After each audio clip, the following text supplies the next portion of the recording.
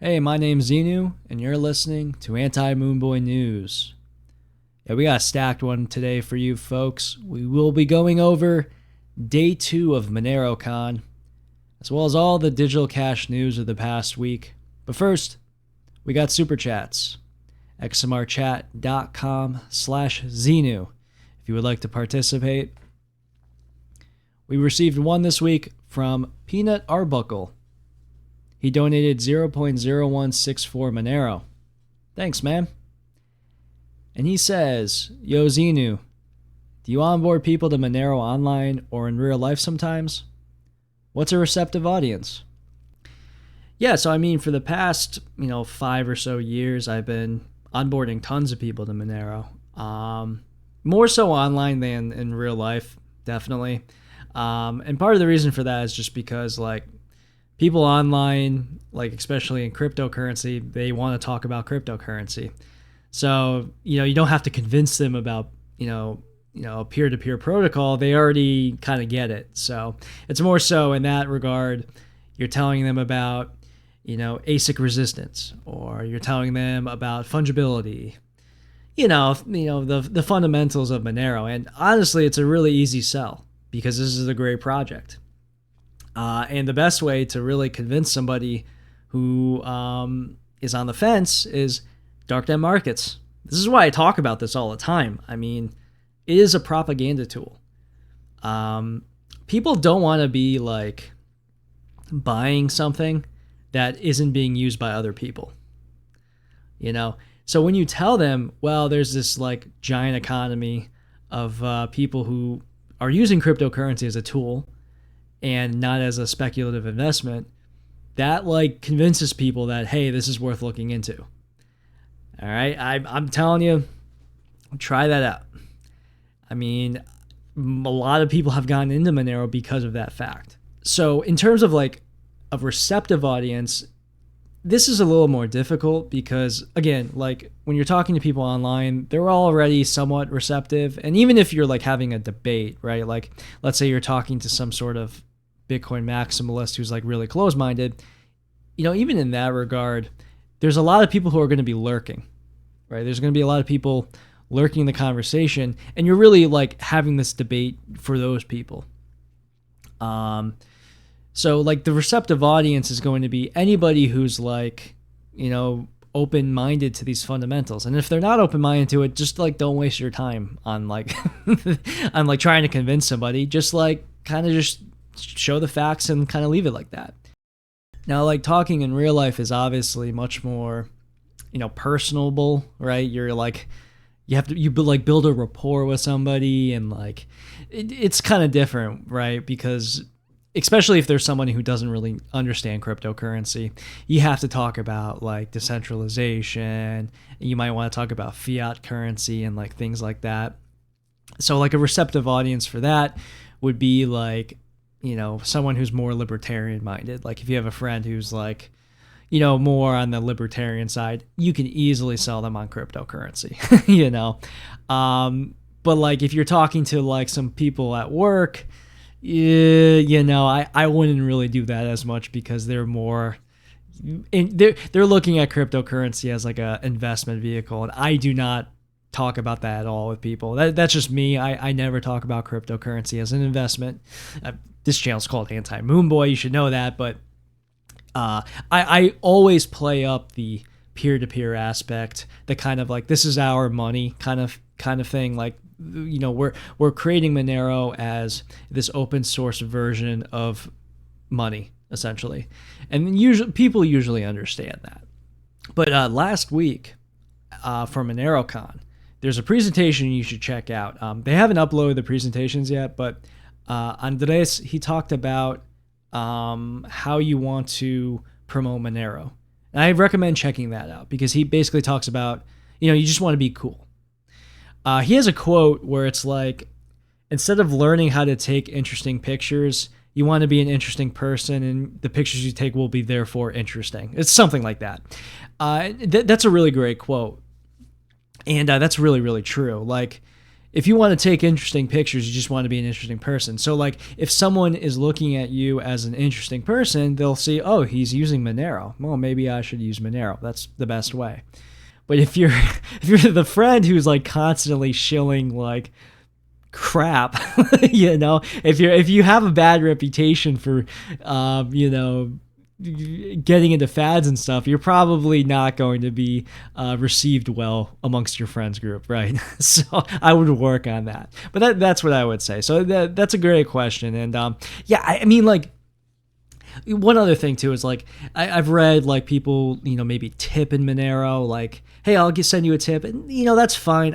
I view that as like kind of like a shot in the dark. It might be a great idea, like, or maybe if you're getting a haircut. You have like a barber who you're friendly with. Maybe you can try to sell them on it. Absolutely. And like, let me tell you, like, people who are able to do that, I give a lot of credit to, because it's really hard. But generally speaking, I'm not like doing that for me personally. It's just a hard sell, and forcing somebody to receive payment in cryptocurrency is a little awkward. That being said, like, giving them like a tip or something is a really great way to like kind of introduce somebody to cryptocurrency. And who knows, maybe that person you're giving a tip to will end up being an influencer in the space. It could happen. So anyways, thank you, Peanut Arbuckle, for that question. And again, xmrchat.com/Xenu if you'd like to shoot me a super chat. But anyways, some quick channel updates before we get to Monerokon. So the past couple days, past week really, I've been moving over to a new computer, and I've been kind of slowly getting my system up to the standard I usually have it at. But I have a nice CPU and a GPU as well. So I got my mining set up with Monero. It's good stuff. So anyways, what will be happening soon is I will be making more videos in addition to the Anti Moonboy news. I will be having the return of Attack of the Poison Outputs. I got like 5 episodes left to film for that. And also I will be having like beginner content as well.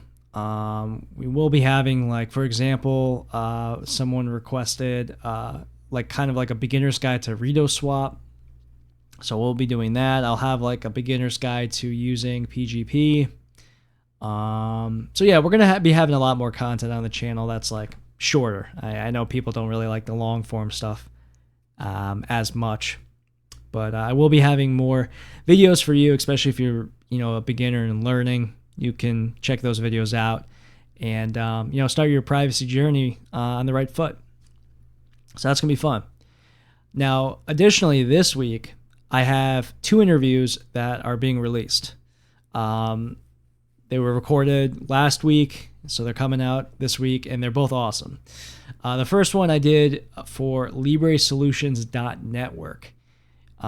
This guy named Gabe, super cool dude. He's got a ton of content about open source technologies and things of that nature. And we had a good hour-long discussion about Monero and darknet market maximalism. And what's really cool about this interview is like his audience is not like a Monero audience. So I'm kind of representing Monero talking to these people. So, to expand on the question we just had about onboarding people, this is an example of a receptive audience. They are open source people. They're into like self-hosting. So this is exactly who we want to be shilling Monero to. I did listen to it. It's a great interview. I will say I was re-listening to the interview, and I don't know what I must have been like really pumped up like doing this podcast, because I was like talking really fast during it. Yeah, I must have been like really caffeinated. I don't know, like it seemed like a normal interview to me, but I was listening to it, and I don't know, I get excited talking about Monero, I guess. So it was a good interview though. It was about an hour long, so that was a lot of fun. And then I had another interview with Alex Anarcho and Max, 2 German guys who they love darknet market maximalism. They've been talking about it a lot on their show. which is in German. And funny story about that too. They had an episode where they talked about my manifesto, and they opened the show with like the recording that I made for Darknet Market Maximalism. So it's like me reading, the recording of me reading, and they added like dramatic music to it. It was awesome. And then they come on and they're like speaking German, and I couldn't understand any of it, but it seemed like they were excited, right? So anyways, I reached out to them and they were really enthusiastic about having me on. And we did a show it was like an hour and a half or so. And it was awesome. I mean, really good content. These guys, they really get Monero. And we talked about a lot of different things. So that was a really great podcast as well. I haven't re-listened to that one. I'm sure it was really great though. So definitely check that out. So that is a lot of content coming out this week. In addition to Anti Moonboy news, I have like 3 hours of interview content. And then hopefully starting the week after, I will be making like shorter videos for people who want to consume even more of my content. Okay. And the last thing I'll mention too is my merch is available.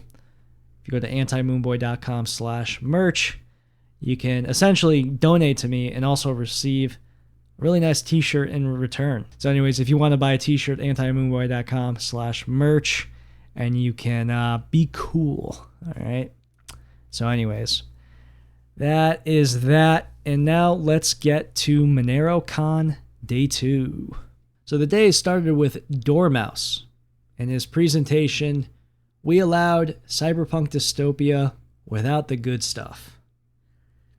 And I like how Monerokon set this up because like Day 1, Day 2 started with kind of more of like a general presentation, not a technical discussion, but more of a thematic discussion, with this theme being the importance of free and open source software in a world that we live in that is full of surveillance and proprietary software.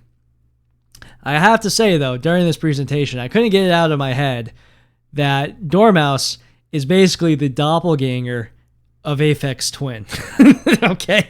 I don't know if I'm the only one who noticed that, but Aphex Twin is a musician, one of my favorites, and he looks just like, or Dormouse looks just like Aphex Twin. I don't know. That was something I couldn't get out of my head.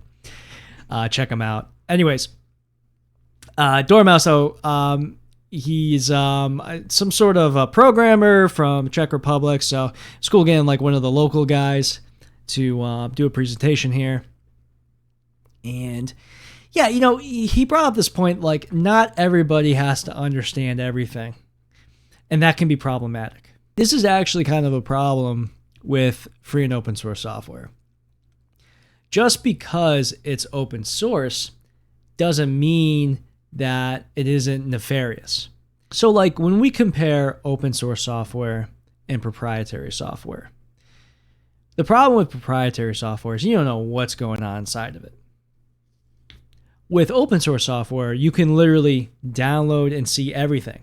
That's why it's open source, and that's why it's better.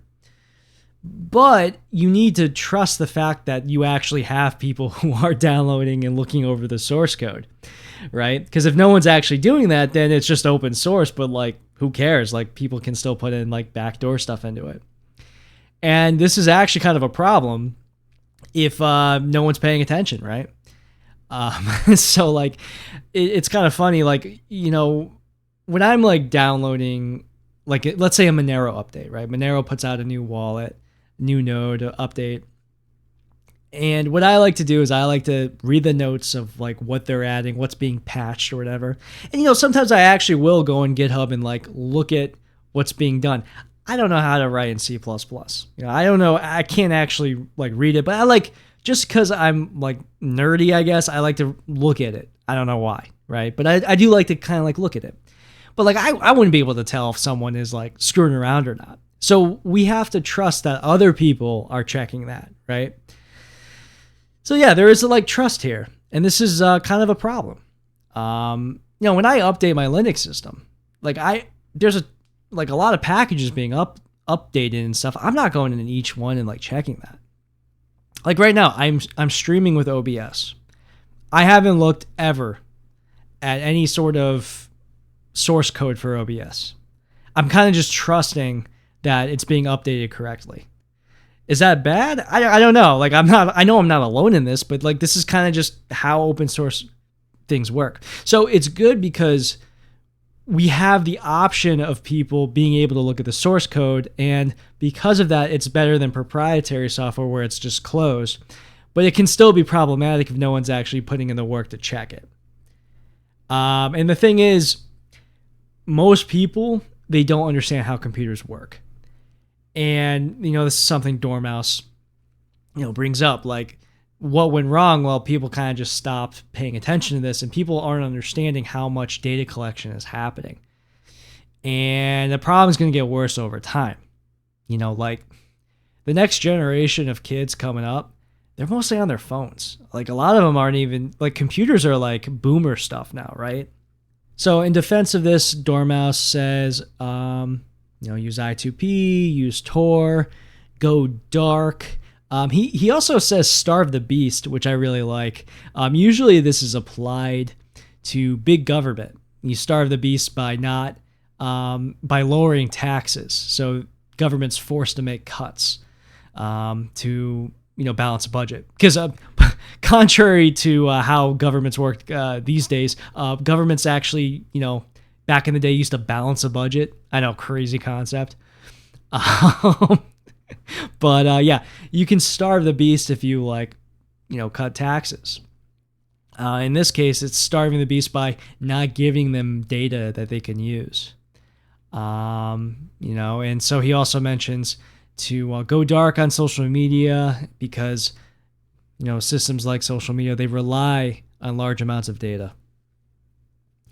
So yeah, I mean, in my opinion, this type of situation that we're in, it's probably not going to get much better.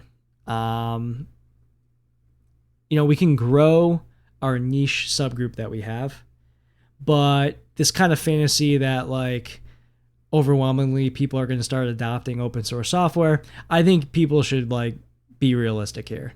And that's just not going to happen. We can definitely though build a really good underground culture, but normies they're not going to spend time learning how to use Linux or whatever. It's just not going to happen. So instead, we should ride the tiger. Just deal with it. Deal with this cyberpunk dystopia. Be the best man that you can be. Not only for yourself, but for your friends and family. And keep learning and educating.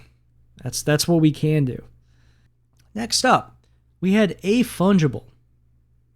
And this was an interesting presentation because it was about an attack that he did on Monero a couple years ago. So now he's coming out and saying, yeah, that was me. So what did he do? He did a spam attack. This is not the 2024 spam attack, which was really, really bad, which happened early 2024. This was actually a spam attack that happened on the eve of the version 15 hard fork. And so basically he spent around $500, maybe a little less than that, and he spammed the network. The attack that happened in 2024, I actually talk about this in Attack of the Poison Outputs. It's unknown what actually caused that attack. But this spam attack was much, much smaller. And, basically in this presentation, he talks about why he did it and what he was trying to find out. And he broke down how he did it. So yeah, he spent time talking about how the blocks are filled or how blocks just work in general. And then he talked about his attack, and he showed some really cool graphs that talked about the preparation that went into the flooding. He also showed images of how the blocks looked once they were being filled, and graphs and stuff showing blocks that were exceeding 300 kilobytes in size. Which actually means the dynamic blocks are triggered at that point. And what happened because of the spam attack? Well, it caused some nodes to fail. Cakewallet users were having transactions that were stuck. There was also this low fee issue that happened. So basically, because there were more transactions that were happening that were being spammed, the mempool was growing in size. And in this case, you actually had to raise your transaction fee to be included in the next block, right? This is how most cryptocurrencies work. Now with Monero, the blocks grow over time, but at the same time, like if you want to send a transaction, well, you want to just like raise your transaction fee temporarily. The problem though was that they weren't raising their transaction fee because nodes weren't notifying them of that. So yeah, that was a problem because people would send their transaction and then they'd have to wait. They couldn't just replace their previous transaction. Monero doesn't have that capability. So that sucked. What sucks even more though is that this problem came back again a couple years later in 2024. So that spam attack that happened in early March, yeah, well, we also had a low fee issue with that as well. So yeah, it's kind of unfortunate it's happened. This problem happened in 2022 and then happened again 2 years later. So yeah, hopefully we've like learned our lesson by now. But anyways, he mentioned that for $100,000, you could sustain like a good amount of pressure on today's Monero network. So it is pricey, but like completely doable by someone who's like motivated. And this is a problem. Not really necessarily because of the spam. That does suck.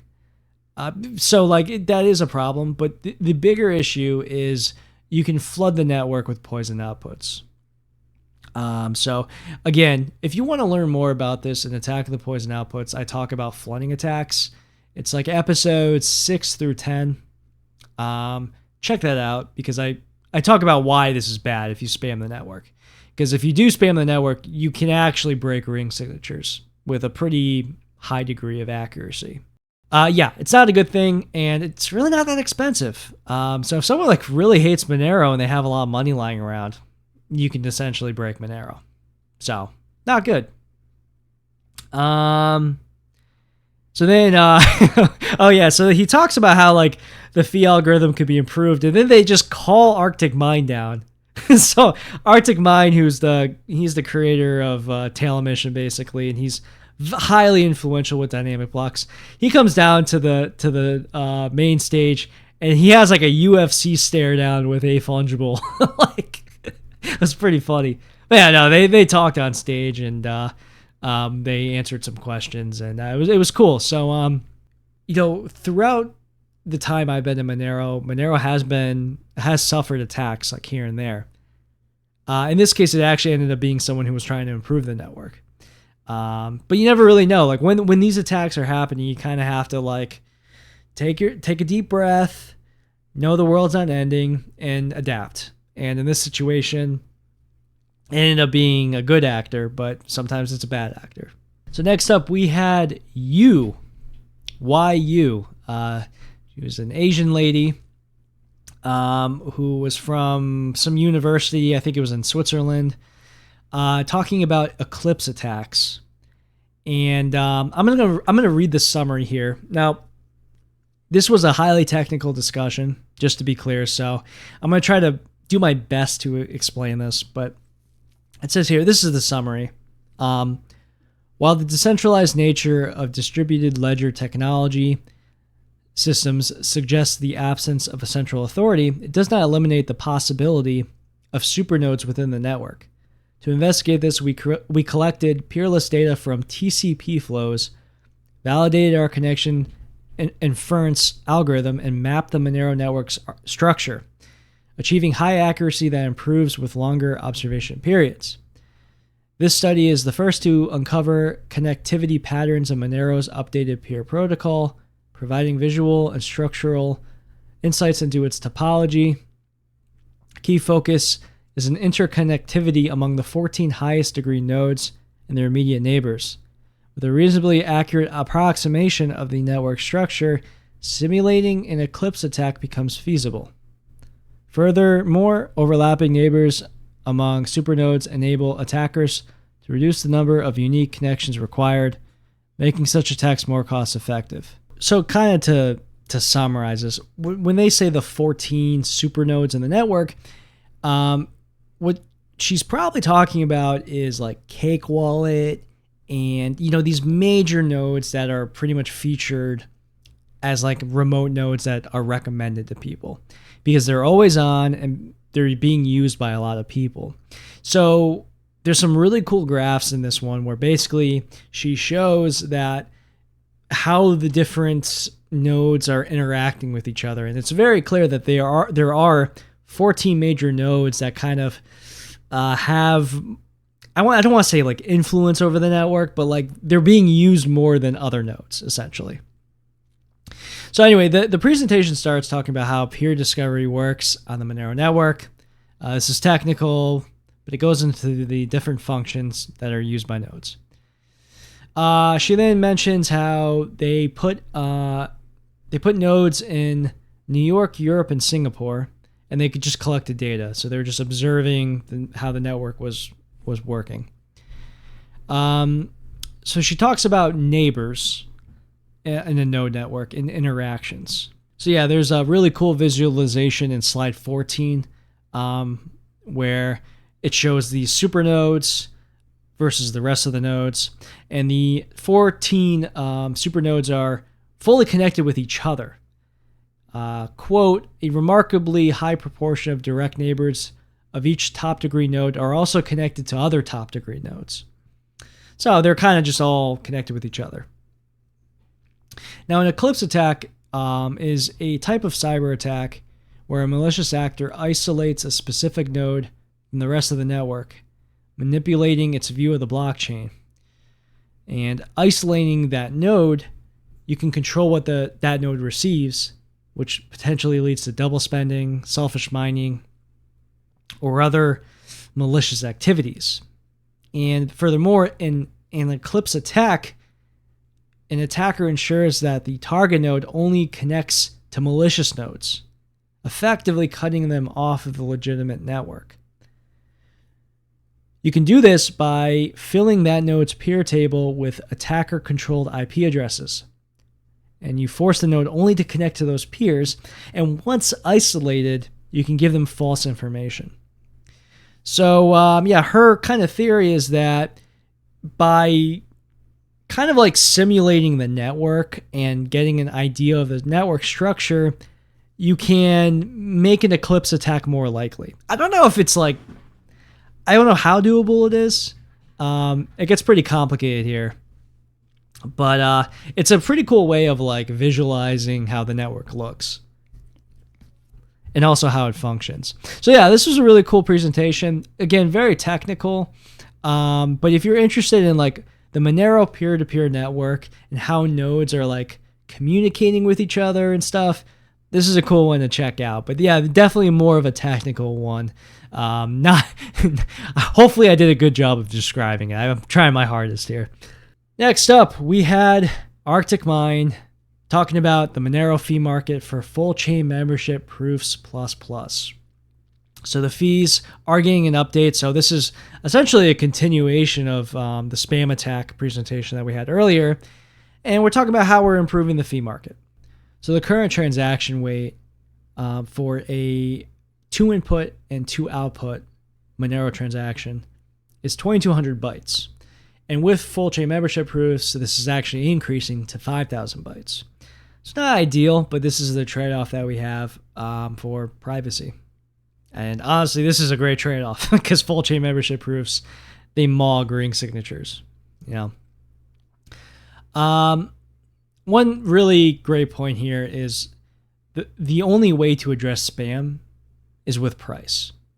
So therefore, like to prevent people from spamming the network, we need to have a fee market that is logical.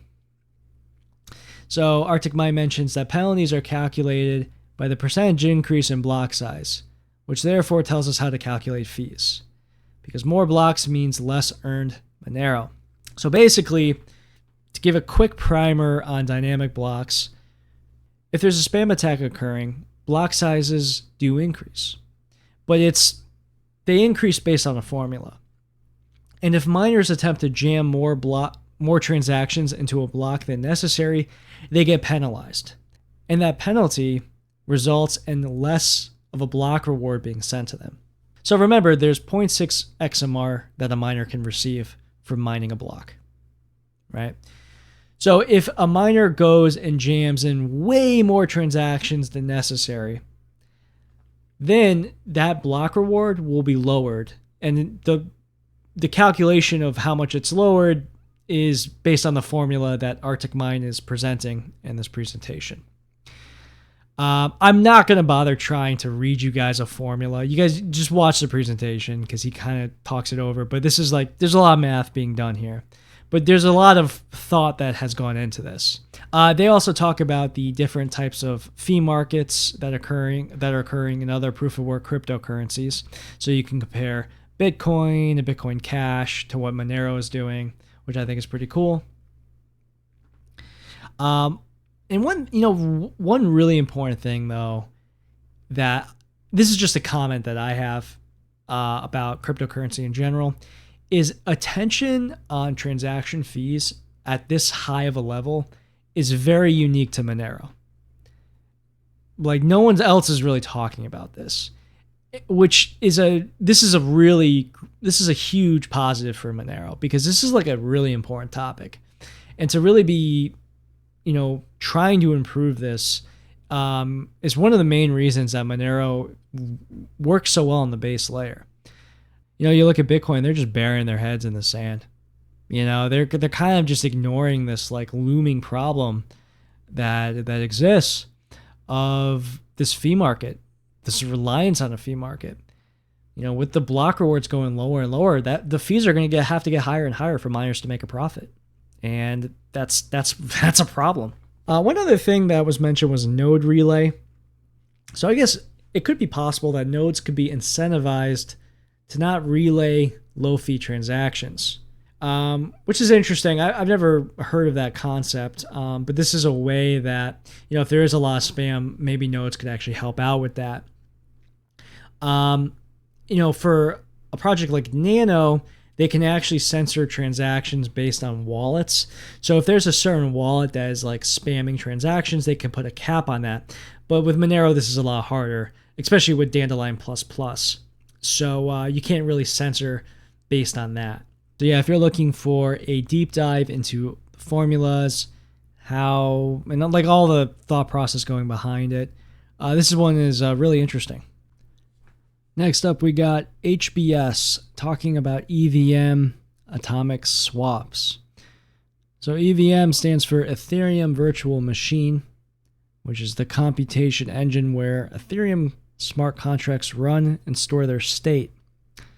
If you remember back in 2022, 2023, Newt, she was working on these atomic swaps. She did make a protocol for it, which it did work. However, only 12 of them were ever done, and they were probably all just like test transactions.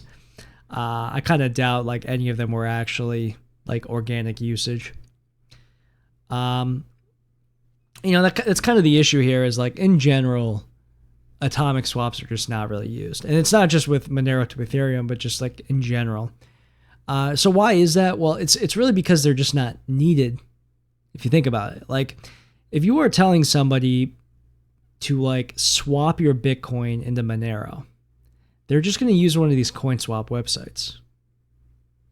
Like, it's just super easy. You have Bitcoin, you go to a website and you press a button and it just swaps it into Monero. I mean, that right there is convenience. So because of that, like, why would you take the time to learn how to use all this really complicated stuff in the terminal that nobody else is using? Like, that's just not going to happen. So because of that, most of these people are just using CoinSwap sites. And that's really what we've seen in that actual adoption. In addition to that, in addition to these swaps being difficult to do, the setup, was difficult. Also, there were high gas fees. So it was just like a really bad setup from a UX perspective. Really interesting that it was made, but just not that usable in real life. Like, it wasn't going to ever see actual adoption. So HBS, he's going about this as a way to revive this idea, but with an emphasis on UX. So lower gas fees, introducing a Monero and stablecoin pair, which would actually be used more because people really want to, make use of stablecoins. He wants to prevent spam. He wants to, have deposits be funded by third parties. Just a much more refined experience is really what he's going for. And so to do that, he's made a smart contract, which essentially improves what Newt had previously made, and everything is on chain. And he's made it and he's talking about it. And that's what this presentation is. And so then he goes into detail talking about the swap parameters and how it works and all that as well. So cool stuff. I think another issue is that in general, people with Ethereum don't really communicate much with people who use Monero. That's kind of just a general thing I've noticed. It's kind of different ecosystems, right? You have the smart contract ecosystem and the digital cash ecosystem. They're not really that related. And I mean, I personally have almost no connection with the smart contract crowd, but like there's cool people involved doing stuff over there.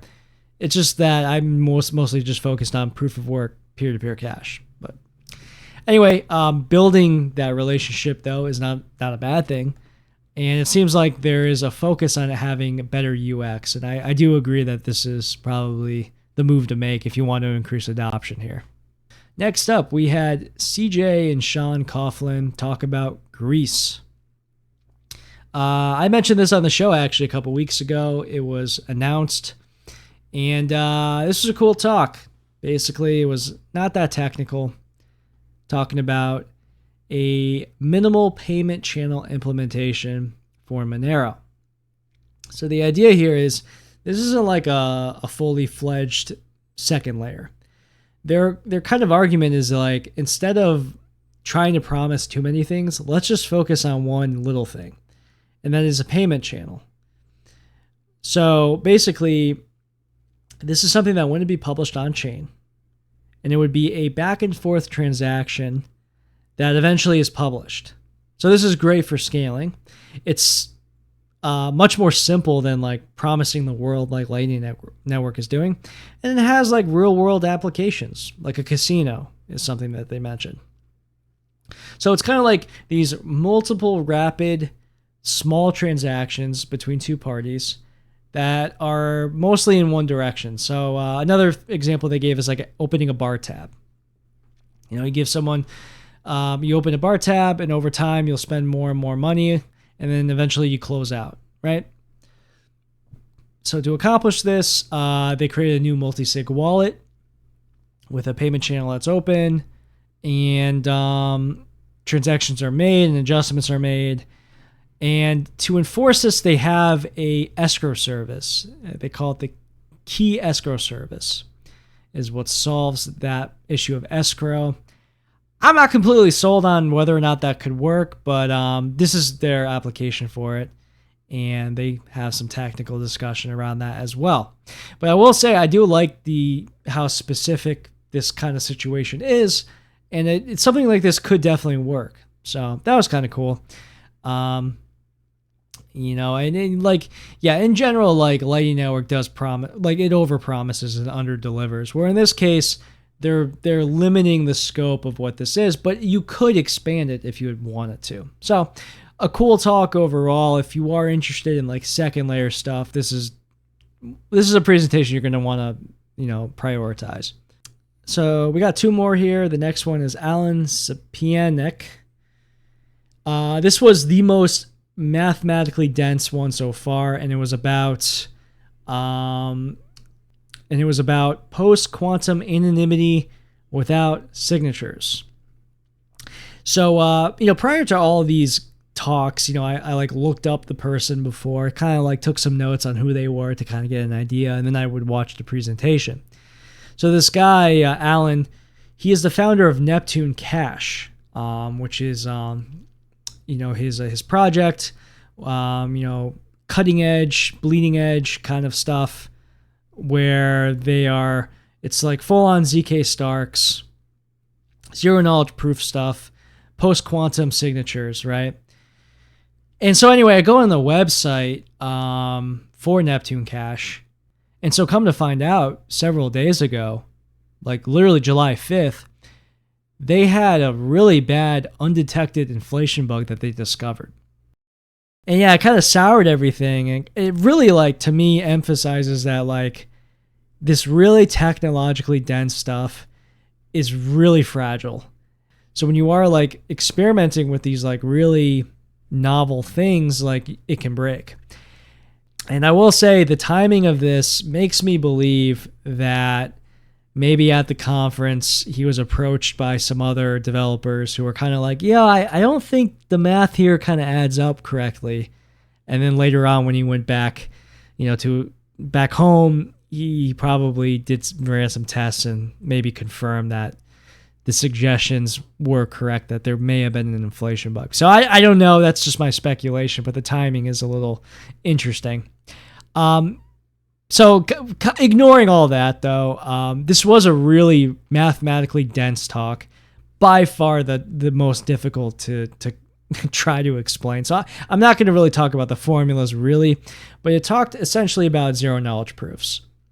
I guess he is, Neptune Cash is using this post-quantum security, and I guess it's applicable because it is ZK Starks.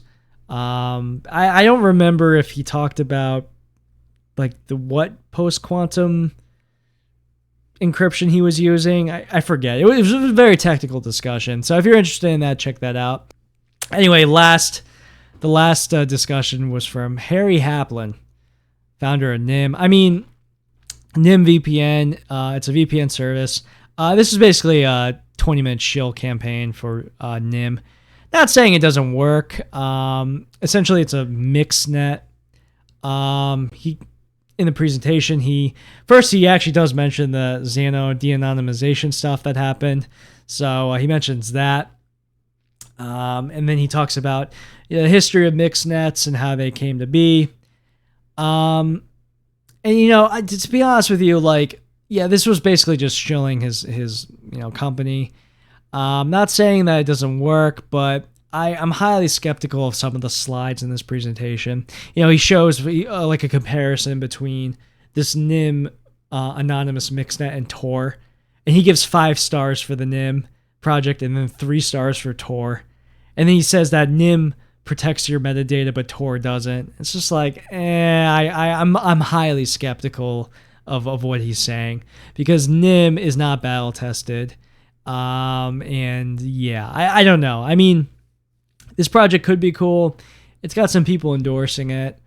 But when I see stuff like that, I kind of cringe because I don't know. It's a VPN at the end of the day, and VPNs have a bad reputation for over-promising privacy. Furthermore, from what I've read, Nym, when you go through this super anonymous feature that they have, it's very slow. So not a lot of people are using it. Oh, and the other thing too is like Nym uses its own cryptocurrency, which is another red flag. Like whenever I see projects that mention that they have their own cryptocurrency, it's usually a cash grab. That's what I've noticed. So anyways, my BS alarm just goes off whenever I see someone say that no metadata is leaked when you use this, and that it's more private than other things that are battle tested. It's kind of like, really, is it like that? I kind of doubt that. He did mention that it might be used with DarkFi or something, so that could be kind of cool. Like, I'm not putting down like mixnets in general. I think it's a cool concept, and I do think like VPNs, there are like some interesting developments with them, like just because like people have kind of figured out that VPNs aren't actually doing much. But I'm just skeptical of some of the claims being made here. So anyway, that was that. Day 2 was packed with a lot of different technical discussion here of a lot of different things. I'm really excited to hear day 3. And Robot, what'd you think of the presentations? Beep boop. Would anyone listening be interested in a robot kidney? I need some liquidity to buy Bitcoin. Beep boop. You know, you might actually learn something if you paid attention to this program. Anyways, we got a lead-off story this week with Tornado Cash, and then we're going to look at the rest of the news. So yeah, let's start with Tornado Cash.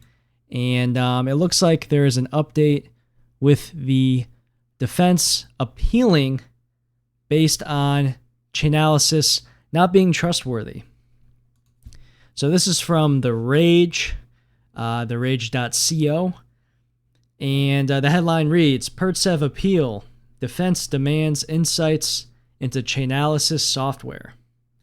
In a preliminary hearing on Tornado Cash developer Alex Pertsev's appeal in the Netherlands, the defense is challenging evidence presented by the prosecution.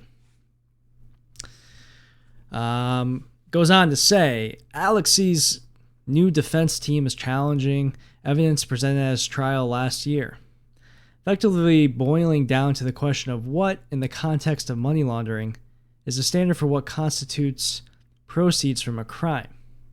The defense argues that it's not enough for the government to simply point to some media articles to prove that these crimes actually happened, asking for a conviction in some court or at least a statement from a victim. They also need to prove that these exploits and rug pulls are actually crimes under Dutch law, which isn't obvious. The defense is now asking which specific transactions came from the hack, where they went, and how the trace can be reconstructed to show that this money did go through the Tornado Cash service.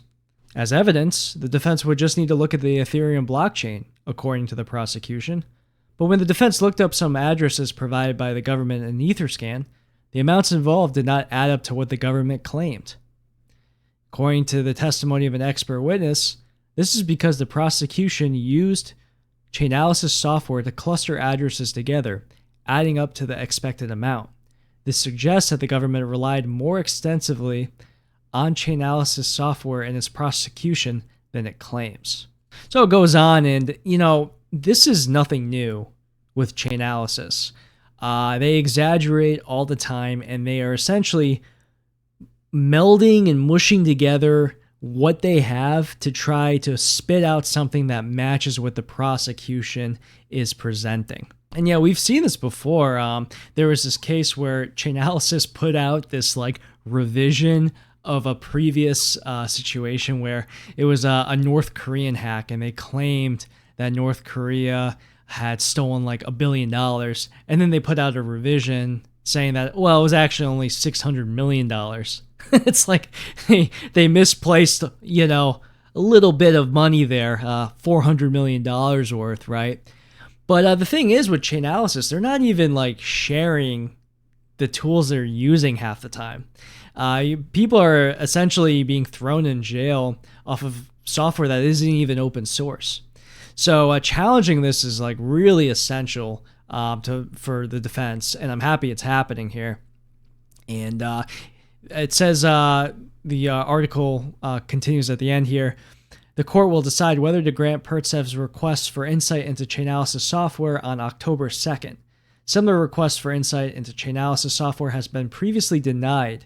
For example, in the Sterlingoff prosecution, on the basis of trade secrecy.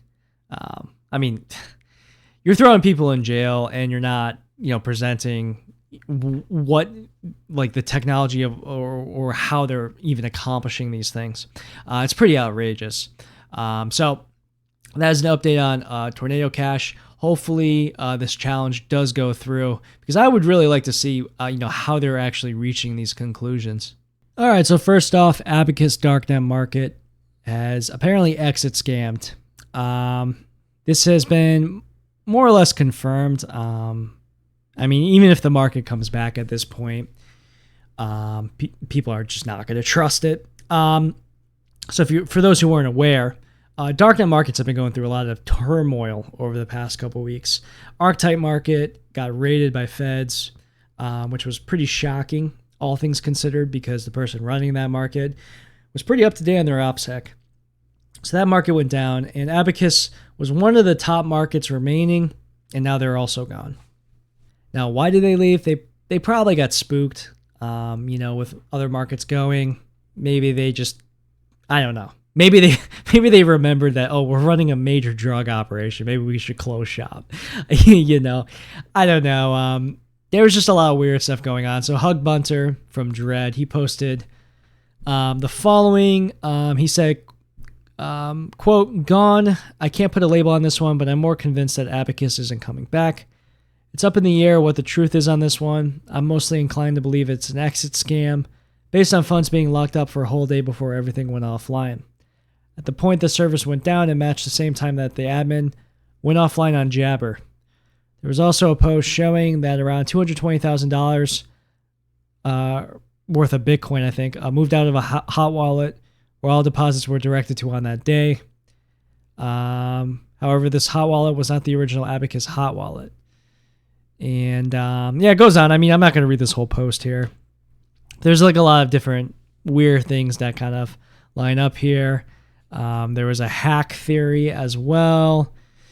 Then there's, of course, a lot of paranoia with Archetype Market being busted. Maybe these guys got busted too. But I don't know. But that market's down. So, yeah, darknet markets are going through a lot of ups and downs here. So what's the top market now? It's probably Drug Hub. That's the name of the market. With their logo being a satire of Pornhub. That's a Monero only market. There's also Torzon, I think. Torzone. There are obviously a couple others. But I do want to do like a feature on like what are the top markets that are left. I think that's a video I'm going to make eventually on my channel. But with Archetype down, it's definitely like a power vacuum, right? Like everyone's kind of looking for new markets. It does look like Drug Hub is the top one based on everything I see. So anyways, that is the news on Abacus. No update as to whether or not they actually did get raided or if it is an exit scam. But with them going dark, very odd circumstance. So even if it does come back, no one's going to trust it. Next up, Senator Anthony Lummis drafts a new crypto tax bill. And the bill proposes an exemption for digital asset transactions and capital gains for $300 or less. So basically, this is actually good. All right, this is actually something that I'm actually giving praise to Looney Lummis. All right, it doesn't happen often. But basically with crypto, the way it works, at least this is in the United States. I don't know about other countries, but when you like use cryptocurrency to buy a good, you have to pay a capital gains on every single transaction. And no one's doing this. I mean, it's just ridiculous, right? Like, if I buy, a cup of coffee with Monero, they want me to like pay a capital gains tax on that cup of coffee. It's like I'm not doing the calculations on that, and most people aren't. So yeah. Anyways, this is kind of like a common sense thing, and this also, by the way, impacts like proof of stake and like mining and stuff. Like, if you're making like incremental gains, like why would you like pay taxes on that? Like it's a ridiculous concept. And basically it says, quote, "This groundbreaking legislation is fully paid for, cuts through the bureaucratic red tape, and establishes common sense rules that reflect how digital technologies function in the real world. We cannot allow our archaic tax policies to stifle American innovation." Here, here, Looney Lummis. All right, let's do some Monero stuff. Cakewallet has Tor natively integrated in the app. Big release. For a while, I mean, you could use Tor on Cakewallet previously. You just had to use Orbot and like kind of like rig it that way. But now it's built in. So that's pretty cool. I mean, if you're not using Tor sending Monero transactions, you should really start doing it. It's really easy to do. And I also have a video that I made to send Monero transactions over Tor. It's really not that hard, and you should spend some time learning it. And if not, if you don't want to run your own node, you can connect to a node over Tor as well. So you really want to like look into learning how to do that. This was through the Monero Research Lab. So basically, they had a competition that they had announced to optimize things, and somebody was able to speed up the calculations by 30 times. So that's pretty cool. So basically, this would significantly boost the efficiency of transactions, which is probably a really good thing. And you can read the chat logs for it. Seemed like it was a pretty good find. So that was pretty cool. Moving on, Basicswap has a big update where basically their automated market maker GUI is out now. Great to see. I will be eventually making a video on this.